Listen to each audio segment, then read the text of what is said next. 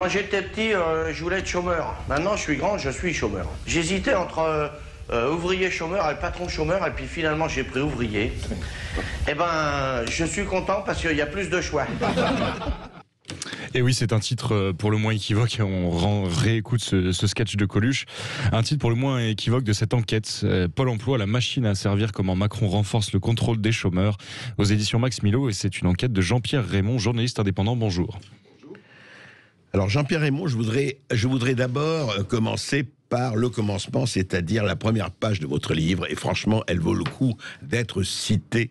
Auditeur du Sud Radio, vous allez voir, vous allez sur les paroles, mais comme disait l'immortel Charles Pasqua, les promesses n'engagent que ceux qui les écoutent. Alors, vous rappelez le préambule des constitutions de la 4e et de la 5e République, 4e 46, 5e 1958, chacun a le devoir de travailler et le droit d'obtenir un emploi. Ça, c'est beau, chacun le droit et le devoir. 1967. Si un jour on atteint les 500 000 chômeurs, ce sera la révolution. Georges Pompidou, hein, mon cher Georges, si vous saviez, hein, pas de révolution. On est à 8 millions, mais il n'y a pas de révolution. 1976, nous sommes au bout du tunnel. Jacques Chirac, qui avait toujours cette vision extraordinaire qui caractérisait ce visionnaire, au bout du tunnel.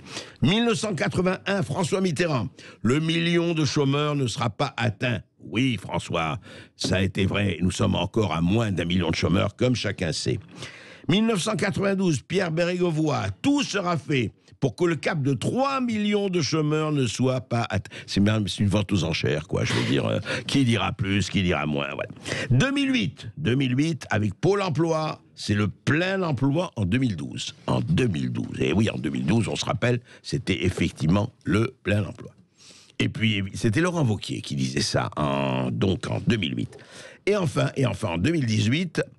Emmanuel Macron, ça, très connu, ne perdez pas de temps à m'écrire à moi, hein. Vous faites une rue, là vous allez à Montparnasse par exemple, vous faites la rue avec tous les cafés et les restaurants. Franchement, je suis sûr qu'il y en a 1 sur 2 qui recrute en ce moment. Eh bien, que nous avons envoyé des stagiaires de Sud Radio, je vous assure qu'ils ont fait toute la rue Montparnasse. Ils ont fait tous les restaurants. Personne n'en a voulu. Alors peut-être qu'ils n'étaient pas capables, mais enfin, j'ai transmis ça à Emmanuel Macron, on ne sait jamais, peut-être qu'il peut faire quelque chose pour eux. Alors revenons à Pôle emploi, la machine à servir. Alors Pôle emploi, d'abord, je rappelle, et je voudrais que vous me décriviez ce que c'est, je rappelle simplement 55 000 salariés, 5 milliards d'euros de budget, et vous dites, Jean-Pierre Raymond, Pôle emploi se révèle incapable d'aider 90% des chômeurs à retrouver du travail. Pour 90% des demandeurs, ce service public est totalement inutile. Vous n'allez pas un peu vite en besogne? Ce n'est malheureusement pas moi qui le dis, c'est Hervé Chaperon, qui était le numéro 2 de Pôle emploi. C'est corroboré par les rapports de la Cour des comptes, donc je n'ai absolument rien inventé, c'est une réalité. Mmh. Et alors, comment alors justement, d'abord, qu'est-ce qui vous a donné l'idée, c'est votre parcours, enfin on en parlait, mais de faire un livre sur cela? Si vous voulez, quand vous êtes licencié, vous allez à Pôle emploi. Moi, j'avais déjà 52 ans. 52 ans, tous les DRH vous disent que vous êtes déjà vieux, que vos chances de retrouver un travail sont minces, et j'étais en plus dans un domaine particulièrement sinistré. Donc je me suis dit, j'avais perdu 80% de mes revenus, que pour retrouver 80% de mes revenus, ça serait long. Et donc, j'avais déjà enquêté un petit peu comme sur Pôle emploi, je connaissais un petit peu leur pratique. Donc, je me suis dit, je vais devoir dialoguer avec eux. Ils ont un système assez binaire, c'est oui, non. Et je me suis dit, autant essayer de positiver cette expérience qui est quand même douloureuse au départ, en écrivant un livre. En tout cas, mon projet au départ, c'était de prendre des notes et de voir ce qui allait se passer, quelles seraient mes interactions avec Pôle emploi. J'ai pas été déçu du tout. Alors, combien de temps ces interactions ont duré? Elles durent depuis combien de temps avec Pôle emploi, vos interactions? Si vous voulez, la première rencontre avec Pôle emploi, c'est très amusant. J'arrive, d'abord, ils ont mis quand même 3 mois avant de me convoquer, et j'arrive et j'ai une personne qui a un sablier sur le bureau et qui me dit, voilà, j'ai 10 minutes à vous consacrer, Et Sablier, 10 minutes. Voilà. Sablier, 10 minutes, c'était après la réforme Sarkozy, donc ils ont des objectifs de rentabilité. Et donc, malheureusement pour elle et malheureusement pour moi, les 10 minutes en ont duré 30 parce qu'elle a rentré mon nom et c'était bien mon numéro de sécu, c'était bien mon nom, c'était bien mon prénom. Mais j'étais né en Dordogne et moi qui suis un pur Parisien, ça m'a un peu énervé, ça l'a énervé aussi parce que c'était pas moi. Sur la fiche, je veux dire, c'était Voilà, sur l'ordinateur. Vous étiez en Dordogne. Voilà, j'étais né en Dordogne. Oui. Donc, je lui ai dit, bah non. Voilà, donc après, elle a été voir son chef, ils n'arrivaient plus. Enfin, ça a été relativement compliqué. Et je suis sorti de ma première rencontre avec Pôle emploi, les bureaux étaient fermés. Voilà, donc ils sont quand même parfois bienveillants, ils sont prêts à vous consacrer plus de temps. Vous voulez dire qu'ils ont fait un surcroît de travail pour vous? Ils ont fait des heures supplémentaires ou presque? Oui. Et alors, donc, ensuite, vous, en fait, vous avez envoyé un mail à Pôle emploi en disant voilà, ou enfin une lettre, et après, vous avez continué à aller voir. Ah, mais vous n'allez pas voir Pôle emploi comme ça, vous attendez qu'il vous convoque. Ah oui. Et j'ai attendu très longtemps. Parce que la fille m'a dit, au départ, vous avez le droit à une formation. Moi, une formation, vous savez quand même, j'ai cotisé 30 ans à la formation. Jamais, comme je suis indépendant, on ne m'a proposé une formation. Jamais, vous le savez, la formation est réservée au cadre supérieur des grandes entreprises. Et pas aux chômeurs qui en ont vraiment besoin pour la plupart. Donc, elle me dit que j'ai le droit à une formation, donc je lui envoie un mail, parfait. Et elle me dit, je ne m'occupe plus de vous, vous êtes dans un autre Pôle emploi. Mais j'avais pas de nom, j'avais pas d'adresse, j'avais pas de numéro de téléphone, pas de mail. Donc j'ai attendu. Elle vous donne pas l'adresse du Pôle emploi qui vous a... Elle le sait pas. Non. Ah, vous êtes dans un autre Pôle emploi. Voilà. Alors j'ai su assez vite que j'étais dans le Pôle emploi qui s'occupe de ma catégorie socio-professionnelle. Et j'ai attendu, je crois, plus de 3 mois pour avoir un rendez-vous. 3 mois. Vous êtes dans quelle catégorie socio-professionnelle? Enfin, je suis indépendant. Alors, journaliste, je crois qu'il y a 240 catégories de journalistes, journalistes d'affaires. Vous devez trouver le code ROM. Moi, personnellement, j'écris des livres, j'écris des articles. Donc, je ne savais pas du tout dans quel code ROM. Alors, déjà, ça, c'est le côté binaire de Pôle emploi. Dans quel cas je suis... je ne savais pas dans quel cas j'étais, parce que j'étais dans plusieurs cases. Mais laquelle remplir? Parce que quand vous vous trompez, ça vous revient dans la figure. Donc il ne faut pas se tromper avec Pôle emploi. Surtout avec un ordinateur et des algorithmes. Alors écoutez, on va continuer à en parler. Juste, vous avez mis combien de temps après pour le nouveau Pôle emploi qui vous convoque au bout de combien de temps? 3 mois. Pour ma première convocation où vous racontez votre vie, blablabla, on vous met en fiche et puis voilà. Alors on va en reparler après les informations. On reste avec Jean-Pierre Raymond et un livre tout à fait révélateur sur Pôle emploi, la machine à servir. Et vous avez très probablement des témoignages aussi à nous livrer sur Pôle emploi ou qui complètent le témoignage de Jean-Pierre Raymond. Vous nous appelez au 0826 300 300 et vous aurez la parole dans un quart d'heure. Et toujours avec Jean-Pierre Raymond pour son livre Pôle emploi, la machine à servir aux éditions Max Milo. Oui, mais la machine à servir, pourquoi à servir, Jean-Pierre Raymond?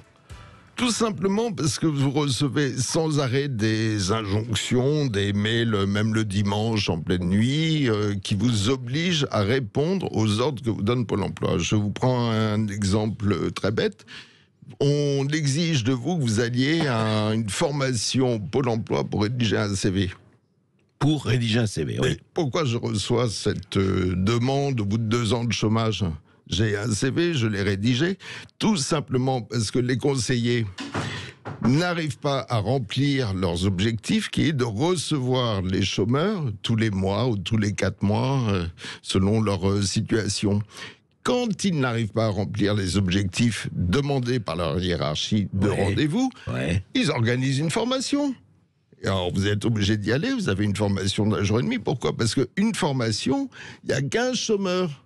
Donc, ça leur fait 15 rendez-vous. Donc, comme ça, ils ne vous reçoivent pas. Et ils remplissent leur quota. Et ils remplissent leur quota. Vous n'avez rien appris, vous avez perdu 1 jour et demi. Donc, c'est ça, une machine à servir. On vous oblige, alors même que Pôle emploi, on le sait, ne reclasse qu'à peine 10% des demandeurs d'emploi. C'est ça l'asservissement. Ça, c'est les chiffres que donne Chaperon.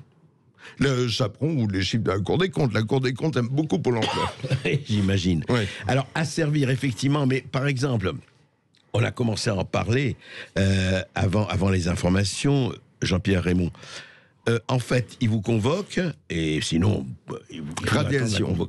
C'est toujours sous peine de radiation. Donc, si vous voulez, toutes les l'argument, démarches sous peine de radiation. Oui. Parce que, est-ce qu'il y a un objectif aussi de radiation ou pas? Enfin, je veux dire... On ne peut pas vraiment dire il y a un risque un jour que les textes existants permettent des radiations massives. Pour l'instant, on n'y est pas. Je veux dire, comme le souligne un sociologue, je veux dire, l'opinion publique n'y est pas prête. Et il y a déjà eu les gilets jaunes, je pense, ça suffit. Par commencer là. Mais alors justement, et vous avez eu l'impression, alors vous, parce que vous en parlez, vous parlez effectivement des listings, des cases qui vous font cocher en permanence. Et vous, le sentiment qu'on a, c'est quoi? C'est d'être ballotté, de se dire, bon, ben, je le fais parce qu'il faut le faire, et puis voilà. Vous êtes toujours ballotté. Moi, j'ai été obligé d'aller, j'ai quand même été... J'ai dû aller 4 fois à Pôle emploi, je veux dire, la personne en 3 ans et demi qui est chargée de vous recycler. Ouais. Mais j'ai été tous les mois à Pôle emploi, centre de paiement. Tous les mois, il y avait des erreurs. Donc, à la longue... Vous voulez dire au côté indemnisation de chômage de Pôle emploi, c'est ça, oui. Qui est pourtant, dans les 3 missions de Pôle emploi, celle la rare qui marche relativement bien. Après beaucoup de ratés, après la réforme... enfin, les chômeurs sont indemnisés, on ne peut pas dire qu'ils ne sont pas indemnisés. Quand même. Oh oui, on parle toujours des chômeurs profiteurs. L'indemnisation moyenne, déjà, il faut rappeler quand même qu'il y a 6,4 millions de demandeurs d'emploi et qu'il n'y en a seulement 2,6 qui sont indemnisés, avec une indemnisation moyenne absolument scandaleuse de 910 € net par mois. C'est ce qu'on appelle du vol. Ça, c'est l'indemnisation moyenne. Moyenne. Oui. 910 € par mois. 95% des chômeurs touchent moins de 2203 € par mois. Alors moi, 2203 €. Profiteur, je veux bien, mais il ne faut pas abuser. Non, mais le problème qui avait été posé, c'est qu'on se dit, pourquoi ne pas mieux payer le chômeur et qu'il fasse, par exemple, c'est une thèse qui a été avancée, c'est pas la mienne, mais des travaux d'intérêt public, on les paye, mais il y a des tas de travaux à faire. Pourquoi? Enfin, et pas les travaux je veux dire, indignes, etc. Pourquoi il n'y aurait pas rétribution meilleure, plus juste, supplémentaire, avec des travaux divers? Vous, ça vous paraît scandaleux, impensable? Je vais vous dire, le chômeur auquel Macron s'adresse en lui proposant d'aller être cafetier, c'est un gamin qui avait une vingtaine d'années, il était horticulteur. Ouais. Est-ce qu'un horticulteur, je veux dire, doit aller faire le service s'il n'en a pas envie? Je veux dire, à Pôle emploi, vous avez toutes les catégories socio-professionnelles. Vous avez des ouvriers, vous avez, je veux dire, des journalistes, vous avez des chefs d'entreprise, vous avez des cadres supérieurs licenciés. Et après, je tiens à rappeler qu'il y a le facteur de l'âge. Je veux dire, à 55 ans, retrouver un travail stable... demander au DRH, ils cherchent pas tellement des seniors. Or, je veux dire, l'âge de la retraite est à 64 ans, 63, 64 selon les statuts. Donc, il y a un vrai problème en France. La France est le pays où les gens arrêtent de travailler le plus tôt, le plus jeune. Non pas qu'ils ne veulent pas, parce qu'ils n'ont pas leur point retraite, mais parce qu'ils ne trouvent plus de travail à cause de leur âge. Oui, mais ça, c'est une mentalité qui peut quand même changer, c'est hallucinant. Moi, je vais vous dire, quand vous allez aujourd'hui, par exemple, prenons un exemple très précis, vous allez à Orly ou à Roissy, il n'y a pas que des richissimes qui prennent l'avion, il n'y a plus personne. Tout a été robotisé, tout a été machinisé. Il n'y a plus personne pour enregistrer vos billets, même pas vos bagages, vos billets, etc. Là, il n'y a pas des gisements d'emploi. Et puis, on vous dit aussi qu'il y a des tas d'emplois qui ne sont pas fournis en France. Alors, on ne comprend pas, là. Il y a quelque chose qui est tout à fait étonnant. Écoutez, les prévisions économiques faites par l'OCDE, 20% à peu près des postes actuels en France pourraient être supprimés, justement, à cause de l'automatisation l'automatisation. À cause de... Donc on va avoir, au-delà des problèmes conjoncturels de Covid et autres, un vrai problème de reconversion de millions de salariés. Et c'est là où on aura besoin d'un service public de l'emploi efficace. Et de formation. Alors justement, vous avez, dans votre livre, vous parlez d'une séance de formation que vous avez eue avec une quinzaine de personnes très diverses et variées. Comment ça s'est passé? Pourquoi? Racontez-nous. Les séances de formation ressemblent parfois à un sitcom. Les chômeurs parlent aux chômeurs. Ah oui, c'est ça. C'est-à-dire qu'on demande à des chômeurs fraîchement reconvertis en formateurs de former des chefs d'entreprise. Ce sont les chômeurs qui deviennent formateurs. Si vous voulez, quand j'ai demandé à la DRH pourquoi elle était là, je dirais, la fille se présente au stage, j'ai été DRH, blabla. Je lui dis, mais pourquoi vous êtes là? J'ai été viré. Voilà. Si vous voulez sortir vraiment les chômeurs, il faudrait peut-être des formations plus longues, plus performantes, que les formations commencent non pas au 6e mois de chômage, quand vous avez vu pour la 2e fois votre conseiller, mais plus rapidement. Bien sûr. C'est indispensable. Et pour vous, par exemple, dans votre parcours, on vous a promis une formation à quel stade? Au bout de 2 ans, je crois, une formation en 8 séances. Ouais. Vous êtes toujours suivi, m'a-t-on dit. D'abord, c'est pas une formation, on m'a parlé de prestations, parce que je dois dire que les organismes de formation sont florissants. Et pas toujours efficace, on a bien vu. Alors c'était en quoi? Comment ça se passait concrètement? Devenir chef d'entreprise, vous êtes une dizaine, et puis on vous assène pendant 1h30 les URL, les EEU, toutes sortes d'acronymes, vous en sortez, vous n'avez pas bien compris. Et en plus, on avait quand même tous des projets extrêmement différents de reconversion. Donc, et la fille, après, vous avez le droit à 3 entretiens individuels. Je crois qu'elle ne se souvenait même pas de qui j'étais, de pourquoi j'étais là. Donc, c'est du temps perdu et c'est aussi beaucoup d'argent perdu. Oui, c'est ça. En fait, c'est une machine qui fonctionne sur elle-même, quoi, quelque part. C'est une machine qui fonctionne pour elle-même, principalement. Il faut rappeler quand même que sur les 55 000 fonctionnaires, pas fonctionnaires, ils ne sont pas fonctionnaires, mais salariés, disons. Salariés de Pôle emploi, on se demande, au final, mis à part les 15 000 qui travaillent au service indemnisation, à quoi ils servent. Et quand vous dites, c'est non, parce que ce qui est effectivement un chiffre un peu confondant, vous dites incapable, 90% des demandeurs sur le service public ne sert à rien. On peut franchement se poser la question. Ouais. Quand vous retrouvez du travail à aussi peu de gens, à quoi ça sert? Je veux dire, je pense que Hervé Chaperon pose une question qui est peu politiquement correcte, c'est est-ce que Pôle emploi doit continuer à être universaliste? Est-ce que Pôle emploi peut s'occuper aussi bien d'une personne qui va arriver au chômage, qui maîtrise peut-être, qui ne sait même pas écrire, que d'un polytechnicien qui est au chômage? Est-ce qu'il faut s'occuper de toute la population? Voilà. Alors, si on devait avoir, il faut se rappeler quand même, un conseiller entre 250 et 1000 chômeurs dans son portefeuille. Franchement. Un conseiller à 250, un conseiller entre 250 et 1000 chômeurs. Pôle emploi, on met sous le tapis, je vais dire.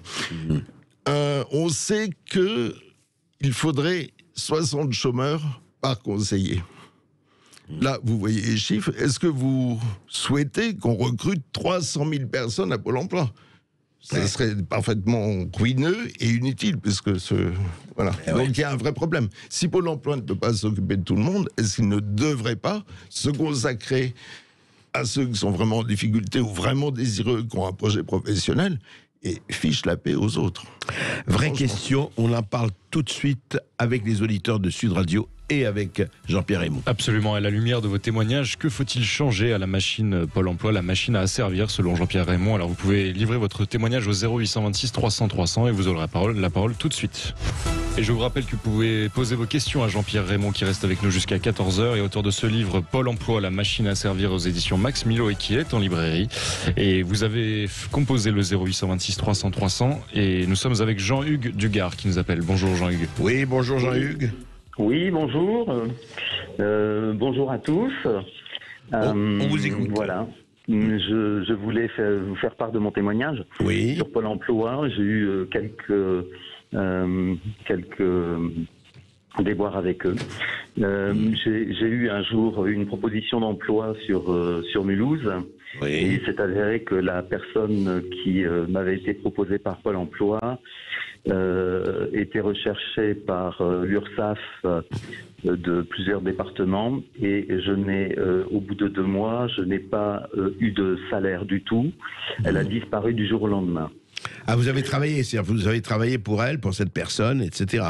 Voilà, c'était une annonce Pôle emploi. D'accord. Et puis, intéressant. je me suis retrouvé sans salaire, sans rien, et ne pas pouvoir l'attaquer et avoir gain de cause au prud'homme. Ensuite, j'avais une proposition pour le journal d'Alsace pour y travailler, et il fallait que j'ai une formation en DAO, PAO, dessin assisté par ordinateur, publication assistée par ordinateur. Oui. J'étais à Pôle emploi parce que j'ai trouvé ça tout seul, parce que je l'ai fait porte à porte. Et moi, j'avais l'habitude d'aller frapper directement chez les patrons. Et puis pour me présenter, pour voir à qui ils avaient affaire. Et j'avais rassemblé tout ce qu'il fallait pour que je puisse avoir ce poste. Et je vais à Pôle emploi pour leur demander si je pouvais faire une formation des PAO. Oui. La personne était assez surprise de voir que tout était prêt, que j'avais fait toutes mes recherches. Oui, vous avez fait vous-même les démarches, trouver quelqu'un, etc. Enfin, trouver l'employeur, oui. Et on m'a dit que malheureusement, au bout d'un quart d'heure, la personne est partie. Elle est revenue en me disant, écoutez, malheureusement, comme vous êtes au chômage seulement depuis 1 mois, pour bénéficier d'une formation, il faut 6 mois de chômage.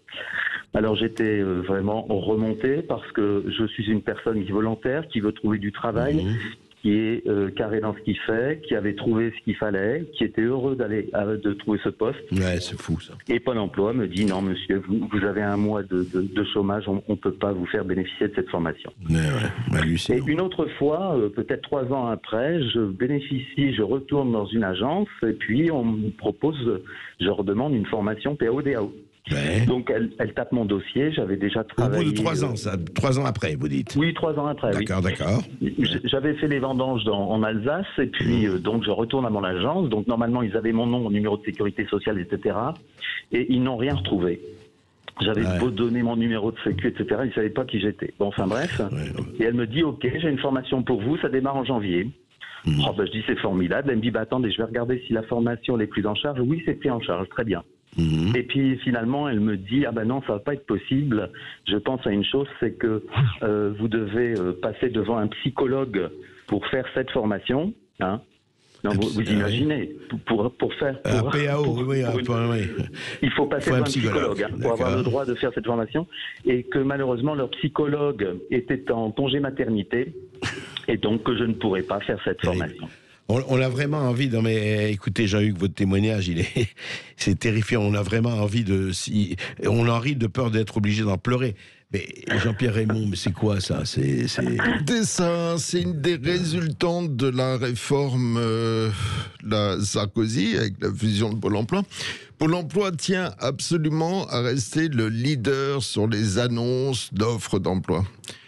Pôle emploi a 3 missions, donc on a parlé de l'indemnisation, retrouver du travail, mais aussi nouer un lien avec l'entreprise. La Cour des comptes a souligné à de multiples reprises que Pôle emploi n'était plus capable, que ses conseillers ne passaient pas assez de temps. Donc qu'est devenu Pôle emploi quand des entreprises comme JobMonster sont apparues sur le marché?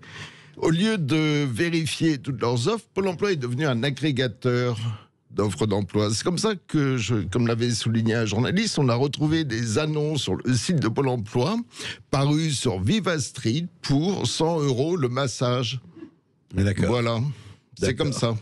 Et la directrice de Pôle emploi nous a dit non, ça n'arrive jamais. Et puis la CGT a sorti un certain nombre de priorité dossiers. au travail manuel. Oui. Voilà. Et Pôle emploi, en fait, contrôle ces annonces avec des algorithmes. Voilà. Oui, mais attendez. Des algorithmes. Ce que dit Jean-Hugues, quand même. Je veux dire, lui, il est allé chercher son boulot. Il l'a trouvé. Il a dit, écoutez, voilà, moi, j'ai besoin d'une formation. Ah oui, mais même 3 ans après. Oui, mais alors, attendez, il faut passer chez le psychologue. Mais le psychologue est en congé maternité. Là, ce n'est même plus les postes. C'est une espèce d'abandon de responsabilité de la part de Pôle emploi. Enfin, il y a des gens qui ont trouvé du boulot et qui vont le trouver et ils ont besoin d'une formation. On l'empêche. Voilà, on l'empêche. C'est vraiment Uburois. C'est Uburois, absolument. Voilà. Non mais Jean-Hugues, oui, allez-y. Je voudrais juste savoir, quand on refuse comme ça une formation à quelqu'un qui a tout, qui va trouver un boulot, qu'on va pouvoir avoir un chômeur de moins, etc., quelqu'un qui est volontaire, etc., je voudrais savoir, quand on refuse le montant d'une telle formation, alors que j'ai aussi cotisé toute ma vie aussi pour des formations, d'un autre côté, est-ce que vous pourriez me redire, je ne l'ai plus en tête, mais le prix du logo qu'a payé Pôle emploi après ANPE? Je sais. Je crois en millions d'euros. Hein.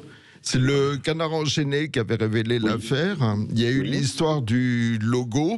D'ailleurs, monsieur Geoffroy, le patron du MEDEF, qui à l'époque Geoffroy Roux de Bézieux, avait souligné que ça avait quand même coûté un peu cher, mais qu'ils allaient serrer les boulons.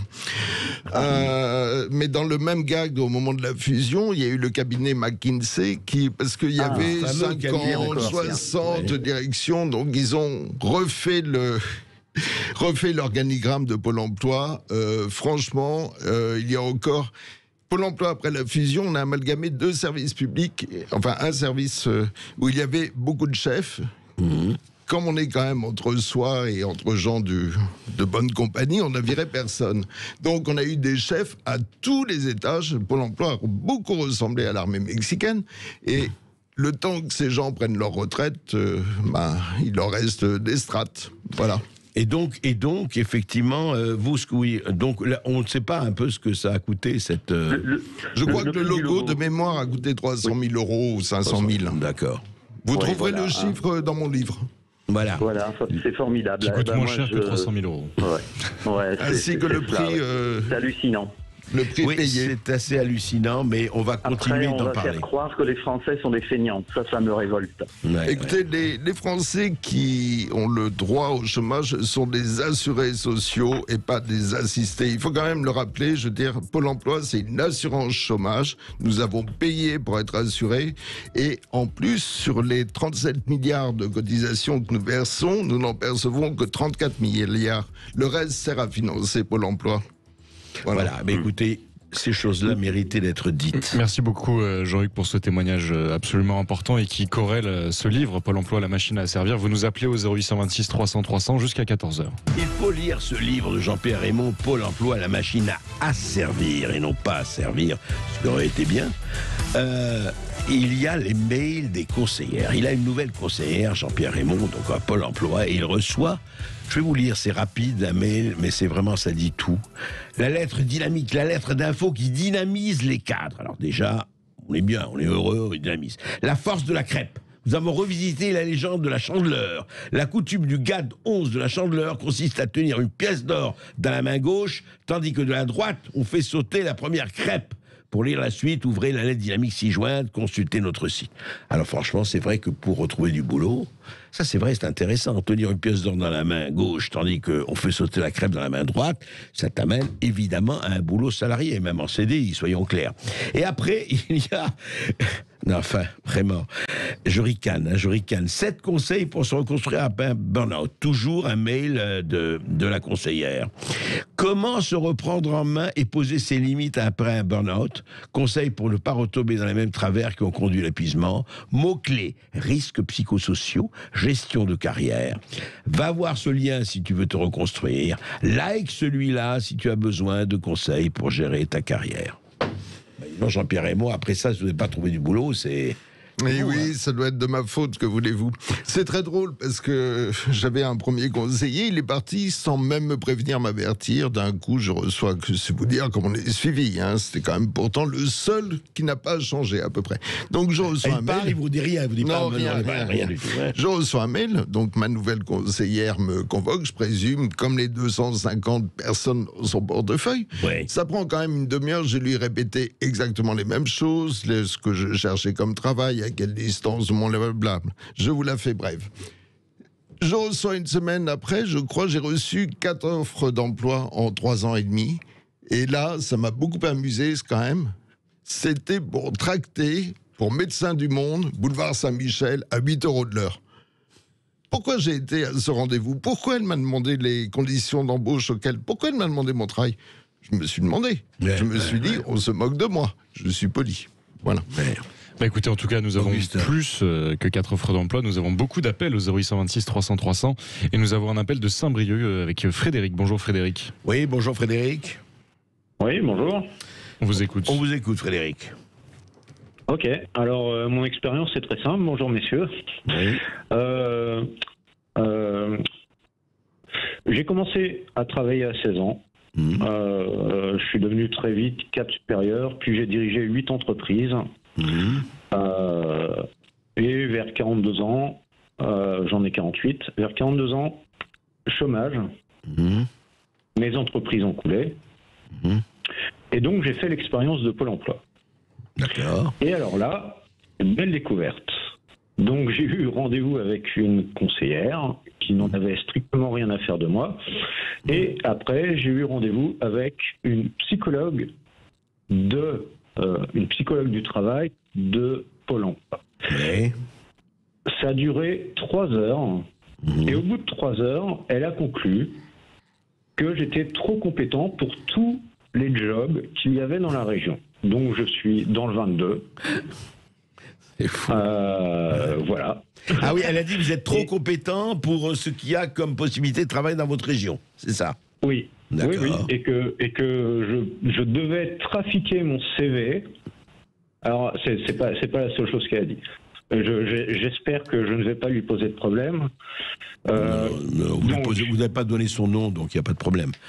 Et alors, Okay. vous devez trafiquer votre CV, pourquoi? Pour vous diminuer un peu, c'est ça, dans la compétence? Exactement. Ah, d'accord. Très intéressant. Est-ce qu'elle... Et elle a aussi dit qu'elle allait trafiquer trafiquer, oui, c'est ça, c'est le terme qu'elle a utilisé. Trafiquer son rapport. Exactement, de manière à ce que ça puisse passer auprès de sa hiérarchie. Et après, je n'ai plus entendu parler de Pôle emploi puisque j'en suis directement parti et que je me suis débrouillé tout seul. J'ai très bien compris que ce n'était pas avec Pôle emploi que je pouvais faire quoi que ce soit. Et j'étais vraiment dans la merde, pour faire simple. Oui, je comprends. Non, mais est-ce qu'elle vous a, après vous avoir dit que vous étiez trop compétent pour la région, enfin pour n'importe quel travail de la région, est-ce qu'elle vous a conseillé de partir ailleurs, d'aller voir ailleurs et vous dire où ou pas du tout? Oui, elle m'a conseillé d'aller voir ailleurs, mais pas où. D'accord. C'est très intéressant. Mais vraiment, écoutez, merci Frédéric de votre témoignage, parce que là, à ce niveau-là, ce n'est même plus de la schizophrénie, je ne sais pas comment on peut l'appeler. Augustin. Et nous avons d'autres appels avec celui de Gérald qui nous appelle de Montpellier. Bonjour Gérald. Oui, bonjour à tous. Bonjour. Oui, bonjour. Voilà, moi j'avais des questions. En fait, j'avais une question principale. Je voulais savoir aujourd'hui, moi qui étais aussi au chômage comme beaucoup de personnes, j'ai pu trouver en fait mon propre emploi par mes propres moyens, mais par diverses sociétés en fait privées, comme Ace, LinkedIn, Indeed ou quoi que ce soit. Je voulais savoir en fait pour quelles raisons il n'y avait pas de travail sexy, en fait, de job sexy dans sexy, c'est-à-dire que les gens en fait vont sur Pôle emploi pour pouvoir trouver vraiment et postuler sur ce type d'offres, et qu'il y en ait plus dans le secteur privé, dont les sociétés payent en fait pour pouvoir y apparaître sur ces sites-là. Et après, pourquoi demain on ne privatiserait pas Pôle emploi comme on a privatisé en fait toutes les autres choses en France. Voilà, tout simplement. Oui, Jean-Pierre Raymond, c'est vrai que beaucoup de gens trouvent des emplois sur LinkedIn, notamment, enfin, pour ne citer que là. Et alors, privatisation de Pôle emploi, est-ce que ça ne ferait pas peut-être un peu de bien de remettre un peu de dynamique? Ils ont privatisé le temps de Sarkozy. Vous savez, il y a eu des choses très à la mode, comme les partenariat public-privé. C'était la mode d'un libéralisme un peu débridé. On a fait des partenariats, je prendrai un seul exemple, c'est le Zoo de Vincennes qui a été financé par un partenariat privé. C'est une ruine totale et ça met en péril la survie du muséum. Concernant Pôle emploi, ils ont effectivement privatisé des formations à l'époque pour un coût qui était beaucoup plus important et un retour à l'emploi qui était moindre. Donc je ne pense pas que ce soit la bonne solution. Nous avons besoin en France d'un service public de l'emploi fort, comme je l'ai dit tout à l'heure, parce que des millions de chômeurs vont arriver. Oui, mais sauf qu'il y a un vrai problème de bureaucratie. pouvez pas limiter ça. Or, le service, qui dit service public, pardon, moi je suis pas contre les services publics, dit bureaucratie. Regardez ce qui se passe. Mais non, ce que vous dites, et vous voyez pas, pardon, c'est que regardez ce qui se passe à l'hôpital avec les autorités régionales de santé. Vous savez que dans les hôpitaux aujourd'hui, on peut en parler avec le Covid, 30% du personnel hospitalier n'a jamais vu un malade, ce sont des administrateurs. Mais le problème du service public, il est là, Jean-Pierre Raymond. André Berkoff, je ne peux que vous approuver. Je dirais, il y a un vrai problème de gouvernance à Pôle emploi. Je dirais, il faut rappeler que dès sa création, Pôle emploi a été dirigé par un haut fonctionnaire. Je pense qu'il y a quand même un certain hiatus à voir des gens, des énarques pour la plupart, qui passent de la SNCF ou à Pôle emploi, qui eux-mêmes sont des fonctionnaires, ne seront jamais au chômage et pour la plupart n'ont jamais été dans le privé. Oui, il y a un problème, bien évidemment, je dis qu'il faut réformer Pôle emploi. Il faut le former, oui. Mais de fond en comble. Et ça commence par la formation au départ, quand le chômeur arrive à Pôle emploi, et ça se termine, je pense, par le sommet. Mais Monsieur Jean Basser a été, je veux dire, le maître de stage d'Emmanuel Macron. Il y a beaucoup d'entre-soi à Pôle emploi et beaucoup de... Et puis beaucoup de, comme vous dites, de passerelles entre les administrations. Sans parler des pantouflages. Bien sûr qu'il y a un problème au niveau de la gouvernance. En tout cas, pas d'entre-soi sur Sud Radio. On va se retrouver dans quelques instants après une courte pause. Et vous pouvez nous appeler au 0826 300 300. Et sur Sud Radio, on file en Aquitaine avec Carole qui nous appelle de Langon. Bonjour Carole. Oui, bonjour Carole. Oui, bonjour messieurs, je suis ravie d'être avec vous. Alors voilà, j'ai 54 ans, j'ai été licenciée économique après 21 ans de bons et loyaux services chez un employeur. Oui. Et j'ai donc signé un CSP. Alors un CSP, c'est un contrat de sécurisation professionnelle qui vous donne des droits extraordinaires, c'est-à-dire un suivi personnalisé de la part de Pôle emploi. D'accord. Alors en fait ça c'est que de la poudre aux yeux bien entendu je me retrouve entre les mains d'une société qui s'appelle LHH Altedia qui maintenant porte le nom de LHH Adéco qui s'occupe des CSP, c'est-à-dire des gens un petit peu à part comme nous qui sommes des privilégiés de Pôle emploi en fait, nous sommes des privilégiés. Parce que vous êtes suivis individuellement etc. c'est ça. Voilà. C'est ça. Oui. Alors en guise de suivi personnalisé, j'ai eu après un mois un premier contact avec. Et si vous êtes pardon Caro, vous êtes en haut-parleur parce qu'il faut enlever votre haut-pareur parce que je ne suis pas en haut-parleur. Alors non. Tout va bien. Alors ça va. Je vais écarter mon appareil. Merci. Je suis désolée. Mais je vous en prie. Je suis tellement remontée. Je comprends. Alors qu'est-ce qui s'est passé en guise de suivi? Qu'est-ce que vous avez eu? Alors en guise de suivi, donc j'ai eu un premier conseiller, donc LHH, qui a pris, c'est-à-dire que mon licenciement s'est passé le 13 mai. Oui. Le 11 juin seulement, j'ai eu un livret d'accueil par cette société. Oui. Et le 1er juillet, j'ai eu un email de cette conseillère personnalisée qui annonçait qu'elle quittait l'entreprise. Voilà, sans autre formalité. Ah oui, c'est ça. J'ai dû ensuite harceler Pôle emploi qui me disait ne rien avoir à faire avec moi puisqu'ils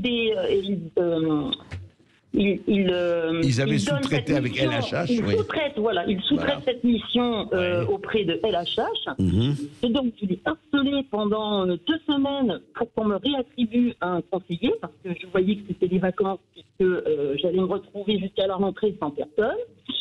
Je me suis même fait remonter les pendules par Pôle emploi parce que j'étais une casse-pied et que j'utilisais leur boîte de dialogue réclamation pour d'autres motifs que de frais de réclamation. Alors je pense que mon avenir professionnel, après ne jamais avoir utilisé le Pôle emploi de toute ma vie, je pense qu'il est une grosse réclamation, c'est un gros sujet, donc je n'étais pas d'accord du tout avec eux. Cette société qui nous prend en charge vous met une pression pas possible, on vous culpabilise, On vous dit que vous allez recevoir des indemnités bien plus importantes que le chômeur lambda, donc vous avez des devoirs, vous devez suivre tout leur magnifique PowerPoint, vous devez suivre tout leur magnifique leur tableau Excel et compagnie, oui, d'accord. Exactement. Donc dans ce que j'ai relevé de Jean-Pierre Raymond, l'abandon de responsabilité, ou peut-être c'est vous qui l'avez dit, mais c'est exactement ce que nous subissons, malheureusement. Exactement. Oui, mais c'est ça. Non, mais d'ailleurs, Jean-Pierre Raymond, pour lui, il avait une... La psychologue n'était pas là parce qu'elle était en congé maternité. Vous, elle a changé parce que... Non, ce qui est extraordinaire, c'est ça. C'est-à-dire, vous avez quelqu'un, en fait, vous n'avez personne et c'est un espèce de monstre froid, enfin, on peut dire, qui, voilà... C'est ça, exactement. Un monstre froid, exactement. Et j'ai, dès le départ, réclamé un bilan de compétences parce que je me sentais perdue après 21 ans dans la même boîte pour me diriger plutôt vers une reconversion totale. C'était toujours non, vous comprenez, allez plutôt sur les fiches de l'ONICEF, allez plutôt voir les fiches Chrome, allez plutôt... en fait, la société qui sous-traite pour Pôle emploi essaye de dépenser le moins d'argent possible, parce que je pense que, voilà, comme ça, ils font plus de profit, bien entendu. Bien sûr. Et ainsi, vous renvoie vers les autorités locales, effectivement, qui ont été quand même assez compétentes. Les autorités locales. Qu'est-ce que vous appelez les autorités locales? Alors, non, mais sans donner tout le détail, hein. Pardon? C'est 4 métiers chez nous en Gironde qui donnent des informations. C'est aussi une sous-traitance. Eh bien, c'est pas une sous-traitance en fait. Là, c'est comme c'est public. En fait, c'est une banque de données en fait à laquelle on a le droit d'accéder avec des tests. Et vous en êtes où, Carole? Vous avez retrouvé du travail là? Vous avez mais absolument pas. Donc après tous ces déboires, j'ai réussi à avoir l'acceptation de mon devis pour un bilan de compétences le 21 septembre. Donc c'est tout récent. Que je vais commencer le 15 novembre jusqu'au 5 janvier. Alors vous imaginez, je suis au chômage depuis le 13 mai. Donc le 13 mai prochain, mon CSP va s'arrêter, sans espoir aucun de pouvoir commencer une formation dans les clous, bien entendu, puisque les formations commencent toutes maintenant. Donc, voilà, on est abandonné, on est juste abandonné. D'accord. Merci, Carole. Mais avec plaisir. Effectivement, Jean-Pierre Raymond, on a l'impression, c'est vrai, et je crois que... Qu'est-ce que ça fait? Je voudrais demander, vous en parlez dans votre livre, psychologiquement, ça fait quoi, tout ça? Quand on a... Vous, qu'est-ce que vous avez... Enfin, comment on se sent au bout d'un moment? On se sent comme un animal obligé d'obéir juste pour avoir nos indemnités qui sont un droit. Voilà. C'est extrêmement pénible parce qu'on a affaire à une machine qui est constituée d'algorithmes, qui est binaire, qui n'est jamais dans la nuance et avec laquelle vous ne pouvez absolument jamais dialoguer. Mais c'est ça, il n'y a pas de dialogue, c'est ça. Alors, je veux dire, voilà. Et madame a encore eu un petit peu de chance, je dirais, dans son malheur. Je dirais, il faut bien voir que, comme le dit notre ami Jean Basser, le slogan de Pôle emploi, c'est en faire plus pour ceux qui en ont le plus besoin. Mais Pôle emploi lui-même classe les chômeurs devant être aidés, moyennement aidés, et pas aidés, pas trop aidés. Les chômeurs qui ont le plus besoin d'être aidés, ils sont reçus en moyenne 3 à 4 fois par an par leurs conseillers. C'est quoi cette aide? 3 à 4 fois par an. Ouais. C'est la moyenne. Oui. Ça, ouais. Et je veux dire, il y a eu des rapports de la Cour des comptes sans arrêt, et rien ne change. Moi, j'attendais une grande réforme, non pas une réforme de l'assurance chômage, pour, je veux dire, reprendre un peu d'argent à des chômeurs qui reçoivent 900 €, mais une refondation de Pôle emploi, une réflexion sur cet échec qui est collectif. Je veux dire, c'est quand même un échec depuis 40 ans. Et en plus, cette réforme menée par Sarkozy était censée apporter des économies. Or, je dirais, elle n'a pas apporté des économies. Oui, cette elle a fusion apporté un entre grand les désordre. ACDIC et la NPE. Voilà, qui remonte à 2012. Et effectivement, on peut se demander si c'était intelligent de fondre l'organisme qui indemnise les chômeurs de l'organisme qui doit replacer les chômeurs. Il y a eu une perte de compétences des deux côtés, et surtout une énorme dérive financière, puisque, je veux dire, les technocrates n'avaient quand même pas envisagé. Il y avait deux catégories, des salariés et des fonctionnaires. On leur a proposé de choisir. La plupart ont choisi le statut de salarié privé. Et ça a provoqué une dérive de 20 à 25% du budget de fonctionnement.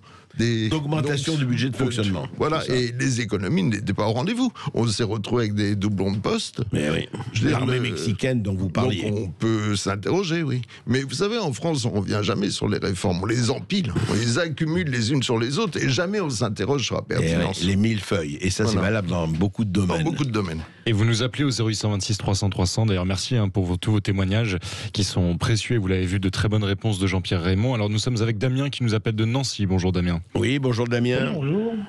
Bonjour. On vous écoute. Oui, je voulais réagir à l'intervention du professeur Raoult. Oui. Donc je vous remercie de me donner la parole. C'est pas facile du tout de vous avoir.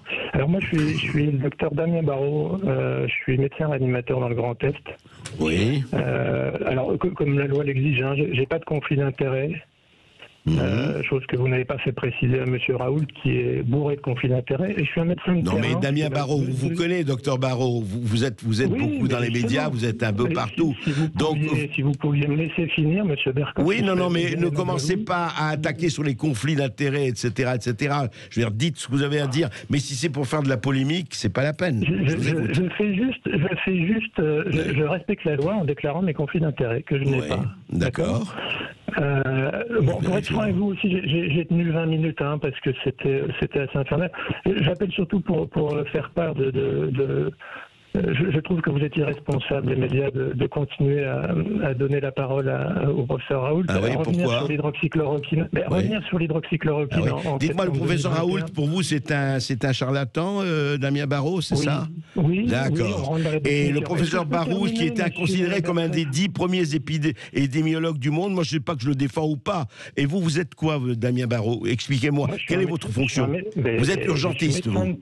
Non, je suis réanimateur. Je suis un réanimateur. Donc vous connaissez parfaitement l'épidémie. Non, je voudrais savoir en quoi vous connaissez, qu'est-ce que vous connaissez d'épidémiologie, virologie pour traiter Raoult de charlatan. Vous n'y connaissez rien. Vous êtes réanimateur. Je respecte les réanimateurs, mais vous ne connaissez rien à l'épidémiologie et à la virologie. Parce qu'en fait, l'idée, c'est de laisser parler les gens qui oui, alors allez-y, on vous laisse parler. Allez-y.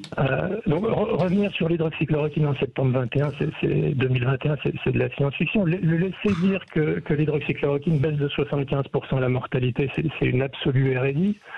Revenir sur le remdesivir, le remdesivir, ça s'est pas passé. Il n'y a pas eu 1 milliard d'euros d'acheter de remdesivir qui était alors que l'OMS le requérait inapte. Je n'ai pas prescrit 1 milligramme de remdesivir à mes malades. Mais c'est pas de ça dont on parle. La très grande partie des médecins français n'ont pas prescrit 1 milligramme de remdesivir. Mais l'hydroxychloroquine, c'est quoi? C'est la nivaquine. Il y a des milliards de gens qui l'ont pris. Je dis pas que c'est bien ou pas bien, j'y connais rien. Je ne suis pas. Est-ce que vous avez pris de la nivaquine, monsieur Bercoff? Oui, absolument. Quand ça? J'en ai pris 50 fois. Je suis journaliste. Quand j'allais en Afrique, je prenais de la nivaquine, Damien Barrault. Absolument. Quand vous alliez en Afrique, vous n'étiez pas avec une maladie virale active, je pense. Hein. Donc c'est un faux argument, cette histoire des milliards de personnes l'ont prise, parce que les personnes qui l'ont prise et les Européens qui l'ont prise, c'est souvent des jeunes personnes pour le service militaire qui partaient en Afrique et qui étaient en parfaite santé. Mais ce n'est pas vrai. Ce n'est pas vrai, Damien Barrault. Je vais vous dire, moi je suis journaliste depuis 40 ans, ok? Quand j'allais en reportage en Afrique, j'avais un carnet de vaccins et comme tous mes confrères journalistes, on a tous pris de la nivaquine et on est des milliards à l'avoir pris et personne n'en est mort. Voilà. Je vous explique que ce n'était pas le même cadre. D'accord. Alors, le vrai problème, c'est là-dedans, c'est l'équipe l'équipe de l'IHU et M. Raoult sont totalement irresponsables et dangereux. D'abord, vous me dites que je ne suis pas épidémiologiste, mais lui non plus. Ah bon? On a vu dans ses vidéos qu'il ne maîtrisait strictement pas des notions de méthodologie très D'accord. Écoutez, il a publié 200 études dans les journaux du monde entier, dans les publics du monde entier. À part ça, il n'est pas épidémiologiste ni virologiste. Bah écoutez, moi je vais vous dire, je ne veux pas rentrer dans... Je comprends, parce que vous êtes peut-être partout. Tout. Moi, ce que je ne comprends pas, vraiment, Damien Barraud, c'est que vous soyez réanimateur, que vous pouviez vous prononcer sur des virologistes et des épidémiologistes, puisque vous n'y connaissez rien. Excusez-moi, c'est pas votre spécialité. Je respecte ce que vous faites et votre travail, mais ce n'est pas votre spécialité. Vous n'y connaissez rien, et vous le savez. Ce que je sais très bien faire, M. Berkoff, par contre, je sais très bien lire des articles et décortiquer des articles. Oui. Les méthodologies qu'utilise M. Raoult pour produire des résultats ne sont pas fiables. D'accord ? Quand vous prenez votre voiture pour arriver à bon port, vous suivez le code de la route. Ben, quand on fait une étude et de la recherche clinique, si on veut arriver à bon port pour les malades, il faut suivre un code. Écoutez, ce qu'on fera, moi je ne suis pas... Écoutez, c'est votre opinion, vous avez tout à fait le droit et c'est très légitime. Moi, n'étant pas épidémiologiste, je ne rentrerai pas là-dedans. Simplement, j'ai très sincèrement plus de confiance en quelqu'un qui a été sacré l'un des premiers épidémiologistes du monde dans toutes les revues américaines, australiennes et ailleurs, et qui, c'est moi, que vous qui n'y connaissez pas grand-chose. En tout cas, voilà, vous avez pu avoir la parole. Merci de nous avoir appelé au 0826 300 300. Je rappelle quand même qu'il y a ce livre de Jean-Pierre Raymond dont nous avons parlé, cette enquête Pôle emploi, la machine à servir, comment Macron renforce le contrôle des chômeurs aux éditions Max Milo. Il est en librairie. Et puis vous pouvez, comme on l'a entendu, retrouver cette interview du professeur Raoult sur nos réseaux sociaux.